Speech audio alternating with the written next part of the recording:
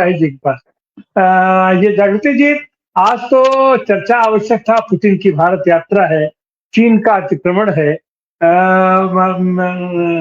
SIR है, उसमें ये बियडलो की मौत हो रही है, ये सारे महत्वपूर्ण चर्चा से गायब गए। अपने आपने इंडिगो की हड़ताल है कि ये पूरा ये दुनिया में हड़कंप मचा हुआ है, लेकिन चर्चा कहाँ हो रहा है? तो ये तो क्या आपको ऐसा नहीं लगा कि ये बहेलिया तरीके जाल फेंका है और उसमें अपोजिशन भी उलझा पड़ा हुआ है? नहीं, उलझा नहीं पड़ा हुआ है, उनके पास कोई चारा नहीं है। उन्होंने एसआईआर की मांग करते हुए लगातार प्रदर्शन किया और मांग की कि बहस करने दिया जाए, नहीं करने दी गई। तो वो ये हालत हो गई है अपोजिशन की, जबरा मारे रोए ना दे। तो वो जो चाहते हैं जबरदस्ती वो 10 घंटा वंदे मातरम पे वेस्ट करेंगे टाइम, लेकिन एसआईआर पे बात नहीं करेंगे, एविएशन पॉलिसी पे बात नहीं करेंगे, जिसमें 3 लाख लोग जो है बिलबिला रहे हैं एयरपोर्ट पे, उस पे बात नहीं करेंगे। जिस तरह से पूरा गैस चैम्बर बनती जा रही है दिल्ली, उस पे बात नहीं करेंगे। वो जो भी अपोजिशन कहेगा, जिन मुद्दों पे बात जनता से जुड़ी हुई है, उस पे बात नहीं करेंगे। वो उनको बिहार सही बोला प्रियंका जी ने कि आपको बंगाल चुनाव के लिए ये मुद्दा चाहिए, पार्लियामेंट का इस्तेमाल और उसके टाइम का इस्तेमाल भी चुनाव के लिए किया जाएगा। और ये बहस हो क्यों रही है? आनंद मठ बंकिम चंद्र चट्टोपाध्याय ने लिखा, जिसकी का उल्लेख पूर्व वक्ता ने किया कि 1770 में अकाल पड़ा, और उसके बाद वो खुद लिखने वाले कौन थे? बंकिम चंद्र चट्टोपाध्याय जी जो है एक सरकारी नौकरी करने वाले, मतलब मजिस्ट्रेट लेवल, यानी उस जमाने के हिसाब से कहें तो डिप्टी कलेक्टर के बराबर के पद पे सरकार में नौकरी कर रहे थे। 1856 के वो उस समय ग्रेजुएट थे और उनको नौकरी मिली थी, और वो सरकारी नौकरी में रहते हुए उन्होंने एक उपन्यास लिखा बंगाल की दशा पे, क्योंकि अकाल के बाद लोगों का जो गुस्सा था वो गुस्सा था जो ज्यादातर जमींदार, जो क्योंकि मुस्लिम कम्युनिटी से आते थे, और जनता जो है त्रस्त थी वहां की, उन जमींदारों और अंग्रेजों के खिलाफ उन्होंने उपन्यास लिखा था। साहित्यिक कृति थी एक, जो बंगाली में है। उस उपन्यास में चूंकि उसका टोन सांप्रदायिकता के लिए इस्तेमाल हो सकता है, इसलिए चुनाव के वक्त पे एक जो कहते हैं ना कि चुनाव की जो आग जल रही है, जो उसको उसमें नफरत के लिए खाद पानी देने के लिए कल्चरल एक एलिमेंट चाहिए। तो पिछले चुनाव में याद करिए, रविन्द्रनाथ टैगोर बन गए थे दाढ़ी वाड़ी बढ़ा के, इस बार बंकिम चंद्र को ले आए। तो ये इनका तरीका यही है, ये बाकायदे सोच समझकर इस तरह के कल्चरल इश्यूज को थोपते हैं और लोगों को मिसगाइड करते हैं, क्योंकि उसमें एक साधु सन्यासी लोग हैं जो नारे देते हैं और वो भाषा बोलते हैं और मारने के लिए हिंसा की बात करते हैं और हिंसक आंदोलन चलाते हैं। तो उस चीज को उनको याद कराना है, हिंदुओं एक हो जाओ वाला टाइप का भाषा जो है बंगाल में बोलने के लिए बंकिम चंद्र चट्टोपाध्याय के उपन्यास को आधार बनाना है। तो ये कुल मिला के वंदे मातरम से इसका कुछ बहुत ज्यादा लेना देना नहीं है। जो हमारा राष्ट्रगीत है जिसको हम गाते हैं, उसका दरअसल में बैकग्राउंड इस तरह से है, इसलिए ये लोग यहाँ पे सांप्रदायिकता के बीज बोने के लिए वो थोड़ा सा उसका भी इस्तेमाल किया जा सकता है, ये उनको लगता है, इसलिए चल रहा है। तो कुल मिला के ये सारी कवायद बहुत सोच समझ के डिजाइन की जाती है। उनके पास भी कुछ सोचने नैरेटिव गढ़ने वाले जो लोग हैं, वो इस तरह के नैरेटिव्स गढ़ने के लिए करते हैं। विपक्ष की मजबूरी हो जाती है कि इस बहस का बहिष्कार नहीं कर सकता, क्योंकि वो ऐसे मुद्दे उठाते हैं कि जिसमें आपके ऊपर हमेशा देश के खिलाफ होने का स्लोगन चिपक जाएगा कि अरे आप तो वंदे मातरम में बात करने को तैयार नहीं है, आपकी देशभक्ति पे शंका होनी चाहिए। तो ये जो चीज है, इसको समझते हुए इसका तोड़ निकालने की जरूरत है, और कैसे निकाल सकते हैं, कैसे वो कर सकते हैं, समझने की जरूरत है। हालांकि मुझे विश्वास है कि बंगाल के लोग इतने बेवकूफ नहीं है, इनकी इस चालाकी को और इनकी धूर्तई को समझ लेंगे बंगाली लोग, और अच्छे से इसका जवाब भी दे लेंगे मुझे लगता है। और हमारी जो ममता बनर्जी जी हैं, उनको भी ये सब चीजें स्लोगन्स में वो भी माहिर है, इनसे ज्यादा माहिर है, तो वो कुछ ना कुछ इसका तोड़ निकाल लेंगे। पार्लियामेंट के अंदर भी इतना तो डांट खा रहे हैं, आज प्रियंका जी ही वायरल है, सब जगह उन्हीं के भाषण की चर्चा हो रही है। इनके वंदे मातरम पे इनका जो बंदा बोला होगा, शुरुआत की होगी, कोई नहीं सुना है इनको। तो मुझे नहीं लगता है कि ये कोई बहुत ज्यादा फायदा होने वाला है। 10 घंटा चिल्ला लें, 20 घंटा चिल्ला लें, फिर जाके वहां चुनाव में भी यही चिल्लाते रहेंगे। वही करना है, क्योंकि जी। बंगाल के मुद्दों नहीं करना है। पहले घुसपैठिया किए, अब वंदे मातरम करेंगे। धन्यवाद। जी जगदीश जी, हम चलते हैं शैलेंद्र जी के पास। अपना शैलेंद्र जी देखिए, इनको तो जनता के होशियारी से बुद्धिमत्ता की पर इनको कोई वो नहीं है। सच तो यह कि इनको अपना नरेशन करना है और उसके माध्यम से ज्ञानेश कुमार जी को जो करना है उनके लिए फील्ड इनको तैयार करनी है। आपको क्या लग रहा है आज के इस संसद की विषय चर्चा से? देखिए, जी शैलेंद्र जी। वंदे मातरम के 150 साल पूरे हुए थे, और अगर आप वंदे मातरम 150 साल पूरे हुए थे और आप अगर इसको मेमोरेट करना चाहते थे तो इसके लिए एक जैसे फंक्शन आप आयोजित कर सकते थे और इसको सेलिब्रेट कर सकते थे। आराम से बैठ के जैसे संसद एक प्रस्ताव पास कर सकती थी कि ये एक महान गीत रचा था और इस गीत को जैसे हिंदुस्तान की जनता को एक्नॉलेज करना चाहिए, जो कि हिंदुस्तान की जनता करती है। अगर कोई एक्नॉलेज नहीं करता है इस गीत को, तो खुद मोदी जी के घर के लोग हैं, घर से मेरा आशय है कि आरएसएस के लोग और हिंदू महासभा के लोगों ने कभी भी इस गीत का इस्तेमाल नहीं किया। तो मैं ये समझता हूं कि वंदे मातरम इनके लिए जैसे हर मौका जो है सो नफरत इनकी पूंजी है, और उस पूंजी को बढ़ाने के लिए वंदे मातरम का इस्तेमाल करके ये वंदे मातरम की मर्यादा को भी घटा रहे हैं। कुछ चीजें ऐसी होती हैं जो बहुत इटर्नल किस्म की होती हैं, शाश्वत किस्म की होती हैं, और उसके प्रति जैसे सम्मान व्यक्त किया जाना चाहिए, मिलजुल के किया जाना चाहिए। हाँ, यह है कि वंदे मातरम के बारे में जागृति जी ने जो कुछ सवाल उठाए, तो जो 2 स्टेंजा रखे गए वो किसने रखा? उस समय जो आजादी की लड़ाई लड़ रहे थे उनको लग रहा था कि हिंदुस्तान की जनता के कॉमन एस्पिरेशन को ये 2 स्टेंजा बहुत बढ़िया तरीके से एक्सप्रेस करते हैं, जिसमें मातृभूमि के सौंदर्य की चर्चा है, उसके सुजलाम सुफलाम और सस्य श्यामला होने की चर्चा है, और तमाम तरह की चीजों की चर्चा, और उसको लोगों ने अडॉप्ट किया। और जहां कुछ ऐसी बातें दिखी जिसमें जैसे आजादी के आंदोलन के जो दूसरे स्टेक होल्डर थे वो उनके धार्मिक रीति रिवाजों से मेल नहीं खाता था, तो मेल नहीं खाता था इसका मतलब ये नहीं था क्या पोजीशन में उनको इसके लिए कंपल्सन में डाल के और उनके लिए एक दुविधा की स्थिति पैदा ना हो। तो जो आजादी के आंदोलन की लड़ाई लड़ रहे थे उनको इस पूरे टैक्टिकल समझ की जरूरत थी। आप तो आजादी के आंदोलन में कहीं थे नहीं और आप उसके स्टेटर भी नहीं, इसीलिए आपके लिए ये प्रश्न ही नहीं था कि किस गीत को रखा जाएगा, किस को नहीं रखा जाएगा।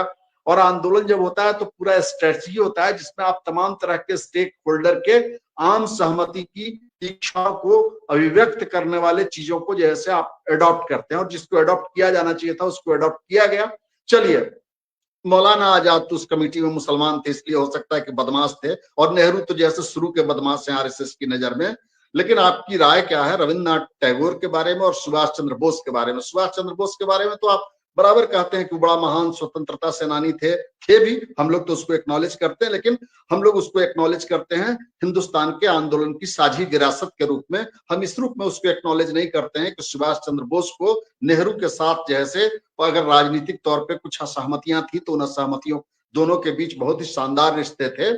और बापू तो कहा, राष्ट्रपिता तो पहली दफा जैसे सुभाष चंद्र बोस ने कहा, इन तमाम असहमतियों के बावजूद तो जिनके पास सेंस ऑफ डेमोक्रेसी होता है वो सहमति और असहमति को समालोचनात्मक मूल्यांकन के जरिए के रूप में लेते हैं। तो जो एक चक्रानुवर्ती संगठन है जिसके अंदर कोई डेमोक्रेटिक सेंस नहीं है, वो नहीं समझ सकता है 2 आदमी के बीच। हम यहाँ बैठे हुए हैं पैनलिस्ट के रूप में और जागृति जी बैठी हुई हैं, बहुत सारे मामलों में हमारे और इनके बीच असहमति हो सकती है, लेकिन असहमति के बावजूद हम लोग एक दूसरे का म्यूचुअल रेस्पेक्ट भी कर सकते हैं और साथ साथ मिलके जैसे लड़ने के जैसे जरिया भी निकल सकते हैं। हिंदुस्तान के आजादी के आंदोलन के अंदर कई किस्म की अंतर्वर्ती धाराएं थी जिसमें अलग अलग लोग अलग अलग कारणों से और अलग अलग तरीके से हिंदुस्तान की आजादी की लड़ाई लड़ रहे थे। लेकिन उन तमाम लोगों के छोटे छोटे ज्वारों के मिलने से जिस महाजन ज्वार का असर हुआ उसमें अंग्रेजी साम्राज्य बह गया। इसीलिए इसको हम आजादी के आंदोलन की साझी विरासत के रूप में स्मरण करते हैं। बहुत सारी बातों से हमारी असहमतियां हो सकती हैं लेकिन उसको हम सेलिब्रेट कर सकते हैं। लेकिन इनको तो कभी लड़ना ही नहीं था, ये स्टेक होल्डर थे नहीं, कोई टेक्टिकल तरीके से आजादी के आंदोलन को डील करने के मुद्दों के साथ भी नहीं जूझना था। क्या रखा जाएगा क्या नहीं रखा जाएगा इनसे भी इनका कुछ लेना देना नहीं था। अब आजादी के इतने सालों के बाद जिन्होंने भारतीय स्वतंत्रता संग्राम के बाद हिंदुस्तान के झंडे को एक्नॉलेज नहीं किया, जिन्होंने अपने संघ के शाखाओं में राष्ट्र गीत नहीं गाए, जिन्होंने अपने संघ के शाखाओं में राष्ट्रगान नहीं गाए, अब वो जैसे देशभक्ति का सर्टिफिकेट बांट रहे हैं जो हिंदुस्तान की आजादी की लड़ाई के हिस्सेदार नहीं थे। इनके यहाँ से कोई एक ऐसा आदमी भी नहीं है जो उनको जैसे सेलिब्रेट कर सके। और अच्छा ही उन्होंने जिक्र किया कि श्यामा प्रसाद मुखर्जी तो कॉन्स्टिट्यूएंट असेंबली के अंदर बैठे हुए थे, तो उस समय उनको जैसे बोलने में मुंह में दही जमा हुआ था। 370 पे भी जैसे उनके मुंह में दही जमा हुआ था, और दूसरे जो तमाम सवाल थे उस पर बोले नहीं। अब जैसे इनको इतना दिन के बाद याद पड़ रहा है कि नेहरू जी बहुत बदमाशी कर रहे थे और नेहरू जी की बदमाशी की वजह से ये सारा कुछ हुआ। तो जो आजादी के आंदोलन के हिस्सेदार नहीं थे, जिनका आजादी के आंदोलन के लिए खून बहा नहीं, और जो देश के आजादी के आंदोलन के हिस्सेदार नहीं थे, सिर्फ इतना ही होता तो चलिए कोई बात होती। जिन्होंने जैसे अंग्रेजों के लिए मुखबिरी की, दलाली की, जिनके यहाँ के लोगों ने जैसे भगत सिंह के खिलाफ केस लड़ने वाले, बलभद्र मिश्र से लेकर तमाम तरह के लोगों का हिंदू महासभा और संघ के साथ क्या संपर्क था, इसको भी जानते हैं, और सावरकर जानते हैं। और हम जैसे उस नाथूराम गोडसे को भी हैं, जिन्होंने जिसने महात्मा गांधी को गोली मारी। तो महात्मा गांधी की जब चाहेंगे तब ये हत्या भी करेंगे, जब चाहेंगे तब ये जैसे राजघाट पे जाके फूल चढ़ाएंगे, और जब वंदे मातरम की चर्चा करेंगे तो महात्मा गांधी का रेफरेंस लेकर नेहरू के ऊपर आक्रमण करने की कोशिश करेंगे। महात्मा गांधी ने अपना वारिस, पॉलिटिकल वारिस और अपना जैसे समझ का वारिस जैसे सावरकर को तो डिक्लेयर नहीं किया। तो महात्मा गांधी का भी चुनाव ये करते हैं नेहरू पे आक्रमण के लिए। तो ये लोग जो है सो सिर्फ नफरत, इनके पास देने के लिए इस मुल्क को नफरत के सिवा कुछ भी नहीं है, और नॉन इश्यू को बराबर ये जिंदा रखना चाहते हैं। क्योंकि ये जिस पॉलिटिकल फिलॉसफी में बिलीव करते हैं, वो फिलॉसफी जैसे अपने स्वभाव से आभिजात्य का पोषक है, और साथ ही साथ अपने चेतना में जैसे दलित विरोधी है, शूद्र विरोधी है, और स्त्री विरोधी है, और मुसलमानों से उनकी घृणा जो है सो जग जाहिर है। तो वंदे मातरम के गीत का इसी तरीके से वो इस्तेमाल करना चाहते हैं, और ये इस्तेमाल करते ही रहते हैं। वो ये जम्मू कश्मीर के अंदर वो जो लड़की थी आसिफा, छोटी सी लड़की थी, उस लड़की का रेप किया गया, उसको मार दिया गया, और उनके वो जो गिरफ्तारी हुई, तो उस गिरफ्तारी के विरोध में जो जुलूस निकाले गए, उस जैसे वो राष्ट्रीय झंडा लेके आए। राष्ट्रीय झंडा का इससे बेहतरीन इस्तेमाल और क्या किया जा सकता था कि वो जैसे बलात्कारियों के पाप को ढकने के काम आए। हमने तो ये कल्पना नहीं की थी कि कभी ये दृश्य देखना पड़ेगा कि हिंदुस्तान के अंदर, और हमने इस दिन की भी कल्पना नहीं की थी कि विभाजनकारी राजनीति को प्रमोट करने के लिए वंदे मातरम के गीत का इस्तेमाल किया जाएगा। स्वतंत्रता सेनानियों ने फांसी के तख्ते पे झूलने के लिए इस गीत का इस्तेमाल किया, आजादी की लड़ाई में इसका इस्तेमाल किया, लेकिन मोदी जी इसका इस्तेमाल भारत की जो साझी सांस्कृतिक विरासत है और जिसको गंगा जमुनी तहजीब है कहते हैं, उस पे आक्रमण के लिए वो इसका इस्तेमाल करना चाहते हैं। तो ये पूरा जो एक कल्चरल हेजेमोनी एस्टैब्लिश करने की जो कोशिश है मोदी की, और जागृति जी ने अच्छा कहा कि पिछली दफा वो दाढ़ी बढ़ा लिए थे, इस दफा पता नहीं कब जैसे माथे पे वो जैसे बंकिम चंद्र की तरह का पटका बांधेंगे, वो जो उनकी टोपी है वो खास किस्म की, वो लगा के कब वो बंगाल की तरफ निकलेंगे इसका मुझको अंदाजा नहीं है। बहरहाल मोदी जी जो कर सकते थे वही कर रहे हैं। मोदी जी से इससे ज्यादा अपेक्षा की भी नहीं जा सकती है। उनके पास इस मुल्क को देने के लिए नफरत और घृणा के सिवा कुछ नहीं है, और जो है वो इस मुल्क को वो प्रोवाइड कर रहे हैं। तो यही है इस गीत के ऊपर जैसे 10 घंटे के चर्चे का लब्बो लुबाब। इसके पीछे और कोई मंशा नहीं है, ना ही जैसे वो ग्रेटिट्यूड एक्सप्रेशन का है कि कोई आप जैसे कृतज्ञता ज्ञापन करना चाहते हैं, उसको मेमोरेट करना चाहते हैं, उसको स्मरण करना चाहते हैं, सब इसका कोई मकसद नहीं है। इसलिए कि किस चीज को आप मेमोरेट कीजिएगा? मेमोरेट करता अपने पिता को, मेमोरेट करता अपने खानदान की लड़ाई को, अपनी साझी विरासत को, तो ना आप इस आजादी की लड़ाई के पार्टिसिपेंट है। आजादी की लड़ाई ऐसा कुछ भी नहीं है जिसको आप जैसे सेलिब्रेट कर सके और उसको मेमोरेट कर सके, याद कर सके। इसीलिए आपके पास जैसे सिवाय नफरत के और कुछ भी नहीं है। इसीलिए वंदे मातरम भी जैसे पलीता लगाने का ही काम कर रहे हैं। अरे हिंदुस्तान के कॉन्स्टिट्यूएंट असेंबली में बैठ के नेहरू, गांधी और तमाम तरह के जो हमारे आजादी के आंदोलन के नेता उन्होंने उसका जो योगदान था, उस योगदान का जैसे स्मरण करके उस एजेंडा को क्लोज कर दिया था। इस एजेंडा को आप जैसे सांप्रदायिक तरीके से रीओपन करना चाहते हैं, और ये हर एजेंडे को सांप्रदायिक तरीके से कम्युनल बेसिस पे रीओपन करने की जो कोशिश करते हैं, ये बेहद शर्मनाक और निंदनीय है। और हम एक ऐसे मुल्क में रह रहे हैं जहां आजादी के आंदोलन के गद्दार देश को जैसे आजादी का संदेश सुना रहे हैं और देशभक्ति का सर्टिफिकेट बांट रहे हैं। जी सलन जी, बहुत बहुत धन्यवाद।